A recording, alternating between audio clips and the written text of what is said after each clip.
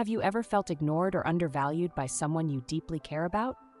Don't beg or chase. Instead, master this one simple trick that shifts the dynamic completely.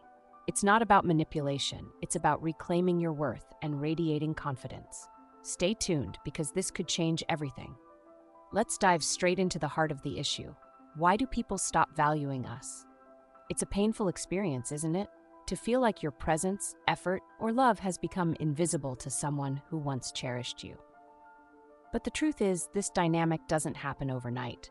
It builds over time, often in subtle ways that we don't even notice until it's too late. One of the most common reasons is predictability.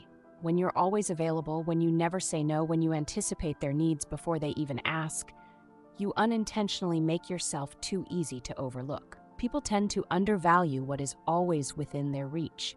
It's human nature. Think about it. When was the last time you marveled at the sunrise? It happens every day, and so we forget how extraordinary it really is. The same principle applies in relationships. If you're always there, always saying yes, always giving without asking for anything in return, your presence can start to feel like the sunrise, constant, unchanging, and easy to take for granted. But it's not just about being predictable. Another major factor is the lack of reciprocity. Relationships thrive on balance, on give and take. When you're the one constantly giving, constantly compromising, constantly reaching out, it creates an imbalance. At first, it might feel like generosity, but over time it can turn into resentment, not just on your part, but on theirs as well. Strange as it may sound, people sometimes begin to devalue what comes too easily. If you're always the one making the effort, they might unconsciously assume that effort is your job, your role, your responsibility. And when effort becomes one-sided, the connection begins to deteriorate. Now let's talk about something deeper, shifting priorities. People change, their lives evolve, their focus shifts, and sometimes this can make you feel left behind. It's not always about you. Sometimes they're dealing with their own growth, their own struggles, or their own distractions. This doesn't mean you're not important to them anymore. It just means their attention has shifted, and your role in their life may need to adapt. However, it's crucial to recognize when this shift is a natural part of life, and when it's a sign that the relationship is no longer serving either of you. So how do we change this? How do we reclaim our value without resorting to begging, pleading, or forcing someone to see us? The answer lies in something incredibly powerful: emotional scarcity. This concept is not about disappearing entirely or playing games. It's about creating just enough space to remind the other person of your worth. Think of it as a recalibration.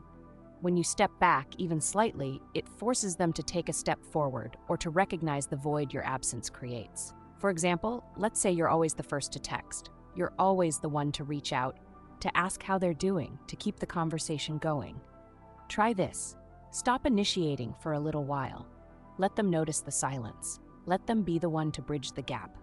This isn't about manipulating their emotions. It's about giving them the opportunity to reflect on what your presence means to them. Similarly, if you're the one who always makes plans, who always takes the lead, step back. Give them the chance to step up. Emotional scarcity also means being intentional with your availability. If you always respond to their messages immediately, start giving it a little time. Not out of spite or to make them worry, but to create a natural rhythm where they begin to appreciate the effort and attention you provide. This doesn't mean you're ignoring them. It means you're balancing the scales. But emotional scarcity is only the first step. To truly shift the dynamic, you need to prioritize yourself. This is where the real magic happens. When you redirect your focus inward toward your own goals, passions, and well-being, you send a powerful message, not just to others, but to yourself. You're telling the world, I matter, my time matters, my energy matters. Think about this. What are the things that light you up? What are the hobbies, dreams, or projects you've put on the back burner because you've been too busy catering to someone else's needs? It's time to bring those back to the forefront. Maybe it's starting a new fitness routine, picking up a creative hobby, or setting a professional goal that excites you. Whatever it is, investing in yourself not only boosts your confidence, but also makes you more attractive to those around you. Confidence is magnetic, And when you're actively working on yourself, it naturally draws people in. But self-prioritization is only sustainable if it's supported by clear boundaries. Boundaries are often misunderstood as walls that push people away. In reality, they're more like guidelines that teach people how to treat you. When you set boundaries, you're not being selfish, you're showing self-respect. For instance, if someone constantly demands your time but never reciprocates, it's okay to say no. You don't owe anyone unlimited access to your energy. Saying no is not rejection, it's a declaration of your worth. Boundaries also require consistency. It's not enough to set them once. You have to enforce them, even when it's uncomfortable. This might mean having tough conversations or stepping away from relationships that refuse to honor your needs. But here's the thing, the right people will respect your boundaries. In fact, they'll often admire you more for having them. Boundaries don't push people away. They filter out those who don't deserve your space. Now, here's an essential layer to add to this transformation: mystery. In our hyper-connected world, we've forgotten the power of not oversharing. When you're an open book, there's nothing left for others to discover. Creating a sense of mystery doesn't mean being secretive. It means being intentional about what you share and when. Let people wonder a little. Let them ask questions. Let them be curious. When someone doesn't know everything about you, it keeps the connection fresh and engaging. As you implement these changes, pay close attention to how people respond. This is where the real insight lies. The people who truly value you will notice your shift and step up. They'll make an effort to reconnect, to match your energy, to show you that you matter to them. On the other hand, those who don't respond, or worse, those who react negatively, are giving you valuable information. They're showing you who they are and what they're capable of offering. And sometimes, the best thing you can do is let those people go. Letting go is one of the hardest, yet most liberating parts of this process. It's not about cutting people off or holding grudges. It's about recognizing when a relationship has run its course and making peace with that. Not everyone is meant to stay in your life forever.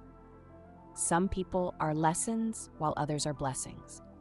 And the more you focus on yourself, the easier it becomes to discern which is which. This brings us to a crucial point: self-reflection. To truly reclaim your value, you need to look inward. Are you valuing yourself? Are you treating yourself with the respect and care that you expect from others? Often, the way people treat us mirrors how we treat ourselves. If you're constantly doubting your worth, settling for less, or chasing validation, it's time to pause and recalibrate. Self-reflection isn't about blaming yourself. It's about understanding your patterns and choosing to grow from them. When you start valuing yourself, something incredible happens. You stop seeking approval from others. You stop depending on external validation to feel whole. And in that independence, you become irresistible. People are drawn to those who exude confidence and self-respect. They see you thriving, and they want to be part of that energy. But more importantly, you start attracting the right people, the ones who genuinely appreciate and support you. Now let's talk about communication. Setting boundaries, creating mystery, and prioritizing yourself are powerful steps. But to truly transform your relationships, you need to communicate effectively. This means expressing your needs without blaming or accusing. For example, instead of saying, "You never care about me," try, "I feel hurt when my efforts go unnoticed. I value our connection and want it to feel mutual." This kind of language invites dialogue rather than defensiveness. Be specific about what you need.